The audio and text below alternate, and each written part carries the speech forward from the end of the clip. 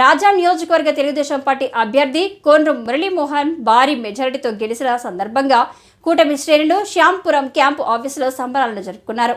ముందుగా రాజాం అంబేద్కర్ కూడలిలో గల అంబేద్కర్ విగ్రహానికి పూలమాల వేసి నివాళులర్పించారు.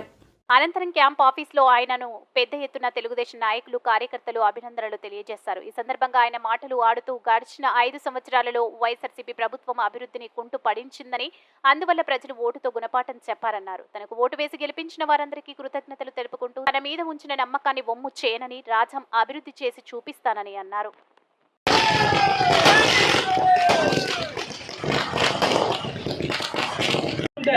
ఎందుకంటే అది చాలా మంది మనం ఎంత కష్టపడుతున్నా ఏదో విధంగా కన్నం పెట్టి దాన్ని ఆలోచించి దాన్ని ఓడించాలని చాలా ప్రయత్నాలు చేశారు. ఆ ప్రయత్నాలన్నీ కూడా మీరు మరి విజయవంతంగా నాశనం చేసినందుకు ప్రతి ఒక్కరికి కూడా మనం మన నియోజకవర్గం సంబంధించిన అన్ని కార్యక్రమాలు చేసుకుందాం. మీకు అపరాత్రైనా అర్ధరాత్రైనా మీ అందరికీ అందుబాటులో ఉంటుంది.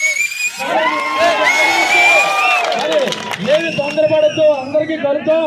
ఈ 3 గంటలు ఉంటాను కాబట్టి ప్రశాంతంగా ఏ గ్రామం గ్రామం లేకపోతే ఏ మండలానికి మండలం వచ్చి కలిసి వెళ్తే అందరికీ సంతోషం. దయచేసి ఒకరినొకరు పడకన్నా మిమ్మల్ని చూడాలని నాకుంది, నన్ను చూడ మీకుంది కాబట్టి ప్రశాంతంగా ఈ